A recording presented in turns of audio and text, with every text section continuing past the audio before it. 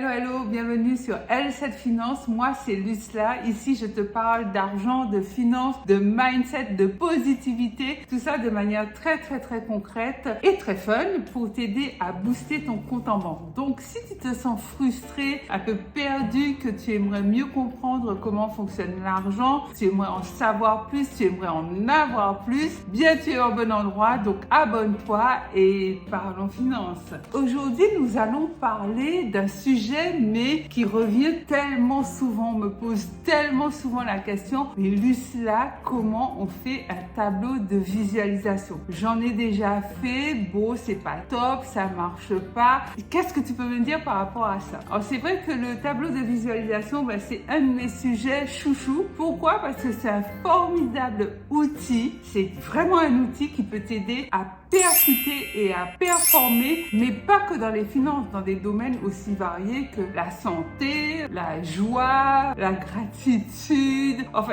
là où tu veux performer, là où tu veux exceller, quand tu veux changer ta vie dans un domaine bien particulier, le tableau de visualisation, c'est ton aide la plus précieuse. Suis attentivement mes conseils jusqu'au bout et tu verras comment mettre en pratique et comment faire un tableau de visualisation qui marche. Let's go. Le premier conseil que je te donnerai avant de partir bille en tête sur Google Images, sur tes magazines ou ton Pinterest, c'est de te poser, de prendre un cahier, une feuille de papier si tu veux, un stylo, de te poser et de réfléchir. Que veux-tu? Nous sommes à l'aube d'une nouvelle année. Le moment est particulièrement propice pour se poser cette question. Qu'est-ce qu'on veut manifester en cette année? Qu'est-ce qu'on veut voir s'accomplir en cette année? Où est-ce qu'on veut être parvenu au 31 décembre? Quels sont les objectifs principaux qu'on se fixe? Tu dois te poser, tu dois réfléchir de manière à avoir les réponses les plus personnelles et les plus pertinentes par rapport à toi en te posant cette question. Parce que, en fait, tu l'as compris, l'idée, c'est pas d'aller dire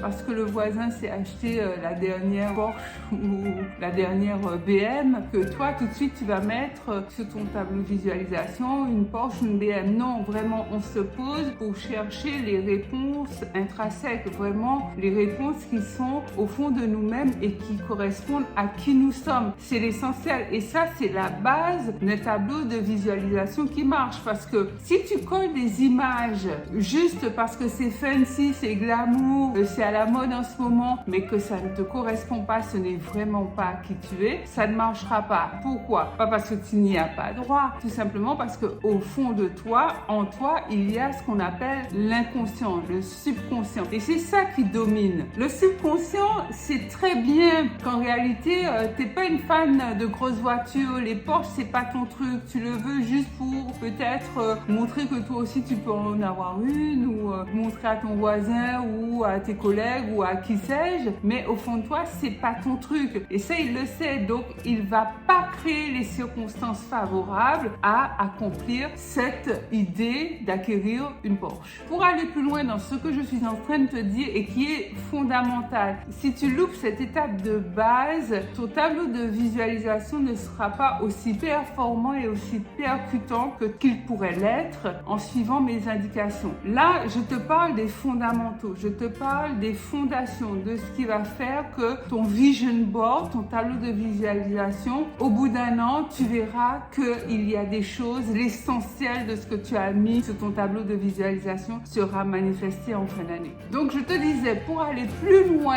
dans cette étape de réflexion et d'auto-analyse par rapport à ce que tu veux accomplir en cette nouvelle année, c'est de sélectionner au minimum 3 des 9 sphères fondamentales de l'abondance. Alors, quelles sont ces 9 sphères? En premier, tu as la santé. Alors, l'idée, c'est de te demander, est-ce que tu as envie d'être en meilleure santé? Si tu es déjà en pleine forme et en parfait, on passe. Deuxième sphère fondamentale de l'abondance, c'est l'amour. Est-ce que tu as le sentiment d'être pleinement aimé, d'aimer toi de manière inconditionnelle? Est-ce que tu es comblé au niveau de l'amour? Et je ne parle pas que de l'amour mari-femme. Je parle également de l'amour filial avec tes enfants. Comment tu les aimes? Est-ce que tu arrives vraiment à répandre cet amour maternel? Est-ce que tu reçois, toi, en retour de l'amour de tes enfants? L'amour au sens large, ton voisinage, tes collègues, ton cercle relationnel, ta famille élargie. Pose-toi cette question. Donc, si tu as ce sentiment que non, là, c'est pas top, je t'encourage à le mettre sur ton tableau de visualisation et on verra comment. Troisième sphère, c'est la joie. Moi, j'aime beaucoup la joie parce que la joie, c'est une émotion tellement créatrice. Lorsque tu es en joie la plupart du temps, alors on n'est pas en joie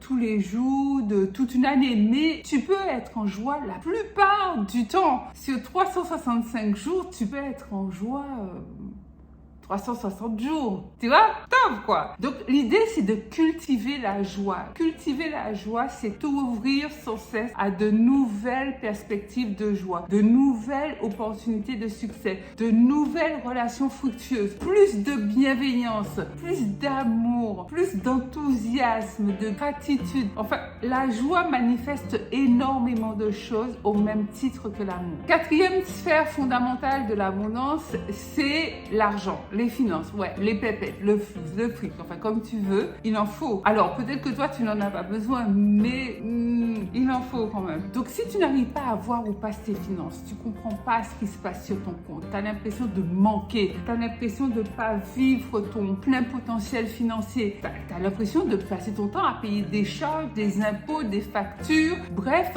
si tu ne sais pas où donner la tête par rapport à tes finances, c'est également un point que tu peux mettre sur ton tableau de visualisation. Une autre sphère très intéressante, c'est la sagesse. Parce que lorsque l'on est sage, on s'évite bien des tracas, bien des problèmes et bien des déboires, croisant une ancienne personne qui n'était pas du tout sage. Donc la sagesse, c'est quelque chose dont on a tous besoin dans sa vie. Ne pas démarrer au quart de tour, ne pas répondre n'importe quoi, n'importe qui, ne pas parler trop vite, savoir écouter, savoir mesurer ses propos, savoir prendre du recul, lâcher prise, être plus dans l'instant présent.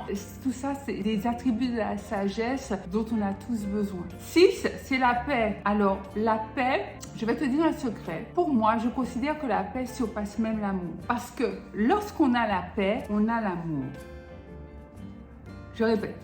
Lorsqu'on a la paix intérieure, la paix d'être là, bien, assis, équilibré, au bon endroit, que tout va bien, tout est parfait. Lorsqu'on a la paix, on a l'amour. Par contre, quand on a l'amour, on n'a pas forcément la paix. Regarde des couples mariés qui s'aiment et brusquement, il y en a un qui se suicide. On me racontait une histoire comme ça il n'y a pas si longtemps. C'est pas, l'amour ne génère pas de manière automatique la paix. Par contre, la paix va générer de manière automatique l'amour. 7e sphère, l'harmonie. On a besoin d'harmonie dans sa vie, l'harmonie d'une belle maison bien rangée, une maison que l'on considère comme son havre de paix parce qu'elle est harmonieuse. L'harmonie de qui l'on est, l'harmonie de sa famille, l'harmonie de ce qui se passe autour de soi. On a besoin de plus d'harmonie et tu vois bien que le monde aussi a besoin de plus d'harmonie. Le monde est chaotique, donc plus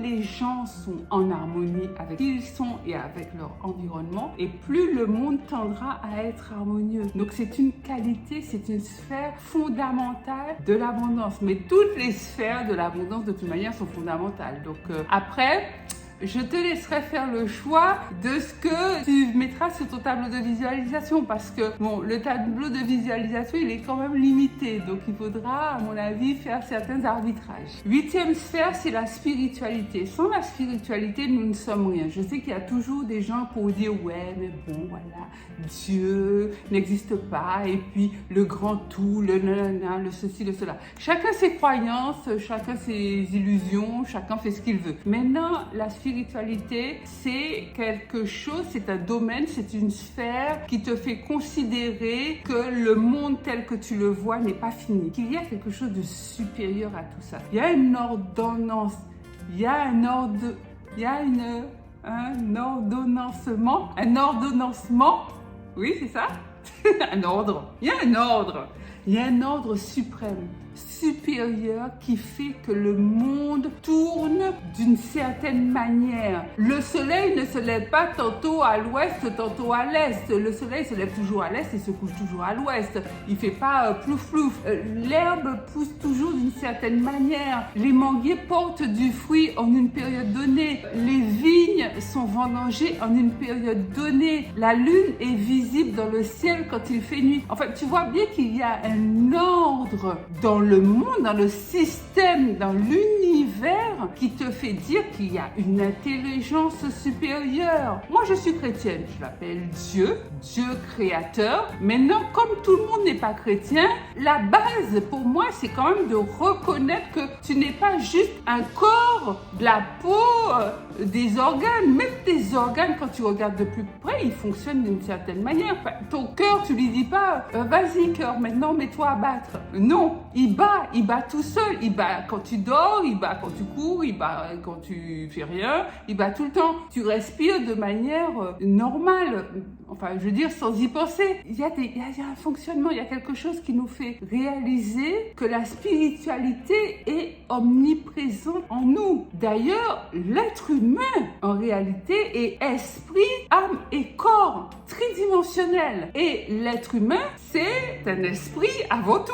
L'être humain est avant tout un esprit. Bon, ça, je rentre dans d'autres débats où je risque de perdre certaines personnes. Donc, je vais juste fermer la parenthèse. Donc, le 8e point, c'est la spiritualité. Le 9e point, c'est la connaissance. Nous avons tous besoin de connaissance. Nous apprenons depuis notre naissance jusqu'à notre mort. Le bébé apprend. Il gazouille, il babille, après il grandit, il apprend à marcher, il apprend à parler. Nous, à toute étape de notre vie, quel que soit notre âge, on apprend. Donc, on a besoin de connaissances. Donc, maintenant que je t'ai tracé les 9 sphères fondamentales de l'abondance, tu vas avoir le choix d'aller récupérer les images qui t'intéressent. Ça va être plus facile pour toi de faire un choix et de venir coller tes images sur ton vision board. Alors, je te conseille de prendre une sous-chemise, donc une chemise que tu déplies, comme ça te fait un format A3 et tu colles tes images, pas forcément bien alignées, tu peux les mettre un petit peu de manière un peu fantaisiste, on va dire. Prends le temps de faire ce travail-là. C'est un travail pour toi, avec toi-même. C'est très ludique, c'est créatif. Prends ce temps-là. Donc, une fois que tu as bien placé tes images, tu pourras les coller. Tu pourras écrire des mots inspirants. Tu pourras écrire des citations inspirantes. Et le conseil que je te donne également, c'est de placer une photo de toi, une belle photo de toi, pas une belle photo de toi, au milieu de ton tableau de visualisation. Une fois que ton tableau de visualisation est fait, tes images sont collées, tes mots sont écrits,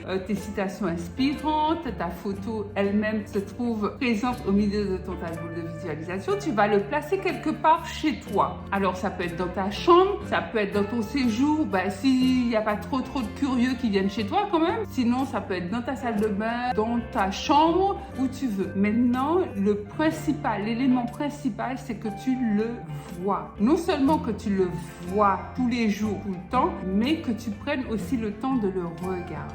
Parce que c'est ça qui va faire la différence. C'est le choix et ensuite c'est la visualisation, puisqu'il s'appelle bien tableau de visualisation. Visualisation, c'est regarder. Donc tu regardes et tu te laisses inspirer par les photos que tu as collées, par les mots que tu as inscrits. Ce travail de visualisation, cet exercice de visualisation, l'idéal c'est de le faire au moins 3 fois par jour. Il n'y a pas de temps, tu n'es pas obligé de rester 1 heure à visualiser ton tableau de visualisation. Il faut simplement que tu prennes le temps de te retrouver énergétisé, inspiré, motivé par l'ensemble des photos que tu as collées. Donc, idéalement, 3 fois par jour. Maintenant, ça peut être 2 fois. L'idée, c'est pas juste passer devant et de l'oublier ou de le coller là et puis après de ne plus y penser. Et tu verras qu'au bout d'un moment, en fonction des images que tu as collées, puisqu'il y a des choses qui vont se manifester plus vite que d'autres, mais en fin d'année, tu pourras faire le bilan et tu verras que la plupart des choses que tu as collées sur ton tableau de visualisation se sont réalisées. Donc, je te laisse là avec cet exercice, cet atelier créatif, on va l'appeler comme ça, atelier créatif de réalisation de ton tableau de visualisation. Dis-moi en commentaire si tu es prête à passer à l'action et à te créer ton tableau de visualisation pour cette nouvelle année. Donc, je te dis à tout de suite sur Instagram, je te mets le lien, c'est Lucila Léon Félix Coaching. On s'y retrouve tout de suite, tu peux me suivre sur Instagram ou alors à mercredi et samedi pour de nouvelles vidéos ici sur YouTube. Bye bye.